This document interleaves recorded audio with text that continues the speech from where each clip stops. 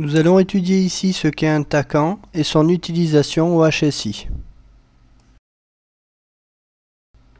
Le TACAN, Tactical Air Navigation, système de navigation aérienne tactique, est un système de balises militaires destiné à la navigation aérienne. Le TACAN est en quelque sorte l'équivalent du VOR dans la navigation aérienne civile. Voici une image d'un TACAN militaire américain. Dans la réalité, et également dans Falcon, on trouve surtout les TACAN implantés sur les bases aériennes. Le but premier d'un TACAN était de permettre aux avions de détecter la balise afin de retrouver leur base lors du chemin retour. Ce moyen permet en outre aux pilotes de se positionner relativement précisément en sachant la position qu'il occupe par rapport à la balise et également la distance qui le sépare de cette balise. Le TACAN fournit donc deux informations. Une information de relèvement qui permet au pilote de savoir où il se situe par rapport à la balise et une information de distance. Avant d'apprendre à utiliser le TACAN, nous allons d'abord apprendre comment on lit une position par rapport à un point ou une balise en aviation. Pour exprimer sa position en aéronautique, on donne toujours un relèvement et une distance. Nous allons d'abord étudier la notion de relèvement. Un relèvement est toujours donné par rapport à un point de repère. Ici, nous allons prendre comme point de repère le TACAN. Par rapport à ce TACAN, nous allons superposer les 4 points cardinaux. Nous avons donc le nord, l'est, le sud et l'ouest. Si par exemple on se trouve ici par rapport au TACAN, on dira alors que l'on est à l'est du TACAN. Si l'on est maintenant ici, on dira alors que l'on est situé au nord du TACAN. Si à présent on est situé entre deux points cardinaux, on donnera alors notre position en exprimant nord ou sud d'abord, suivi ensuite de ouest ou est. Nous sommes donc ici dans le quart sud-est, et on peut dire donc qu'on est dans le sud-est du TACAN. Les autres portions s'exprimeront donc sud-ouest, nord-ouest et nord-est. Lorsque l'on exprime notre position de cette manière, on exprime donc un relèvement. Bien que cette façon d'exprimer la position est très claire, elle est cependant pas suffisamment précise pour ce que l'on peut avoir besoin d'exprimer en aéronautique. On a donc choisi de remplacer le cercle des points cardinaux par un cercle gradué en 360 degrés. Sur ce cercle, nous aurons toujours nos points cardinaux.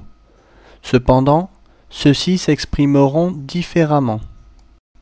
Nous les exprimerons en degrés, en considérant que le nord constitue le début de la graduation, et donc le 0 degré.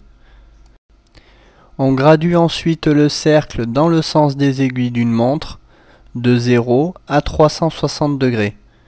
Le nord constitue alors également le 360 degrés. Il a donc la double casquette 0 degré et 360 degrés. Il a été défini que le nord s'appellerait 360 degrés et non pas 0 degré. Si l'on continue notre graduation dans le sens des aiguilles d'une montre, les autres points cardinaux se transformeront donc en 0,90 degrés pour l'est, 180 degrés pour le sud et 270 degrés pour l'ouest. On peut maintenant exprimer plus précisément les positions comprises entre deux points cardinaux. Si l'on est ici, il nous suffit alors de tracer une ligne qui part du TACAN jusqu'à la rosace pour définir où est-ce qu'on se trouve. Ce trait va nous indiquer notre relèvement sur la rosace. On est donc ici dans le relèvement 360 du tacon. Prenons un autre exemple. Nous sommes ici. On trace une ligne partant du tacon, passant par notre avion jusqu'à la rosace. Et on lit ensuite le relèvement indiqué par la rosace. On est donc dans le 120 du tacon. Un dernier exemple. Nous sommes maintenant ici. On trace toujours notre ligne qui part du tacon, passant par notre avion jusqu'à la rosace. Et on lit le relèvement.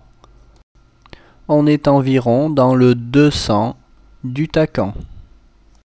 Une fois que l'on connaît le relèvement sur lequel on se trouve, il nous suffit de définir la distance. On donnera la distance qui nous sépare du tacon. Attention, dans Falcon, la distance que l'on lira sur les instruments en mode tacon est la distance sol qui nous sépare du tacon. Une fois que l'on a déterminé notre relèvement et notre distance, on donnera la position comme suit. On est ici dans le 120 du tacon pour X nautique. Maintenant que nous savons exprimer notre position par rapport à un point de repère, nous allons voir la notion de radial. Un radial est une trajectoire passant par le tacon. Reprenons notre dessin du tacon avec la rosace. Mettons un radial pour exemple, celui-ci. Ce radial peut aussi bien s'appeler le radial 120 ou le radial 300. Si l'on se trouve sur le radial 120, on est alors sur le radial 120, mais également sur le radial 300. De même, si l'on se trouve sur le relèvement 300 du tacon, on est alors aussi bien sur le radial 300 que sur le radial 120. Quand on choisit d'utiliser un radial avec un tacon, c'est que l'on souhaite se diriger vers le tacon ou s'éloigner du tacon sur une route bien précise. Voyons ceci avec un exemple. Nous sommes ici et l'on souhaite se diriger vers le tacon en arrivant avec une route 120.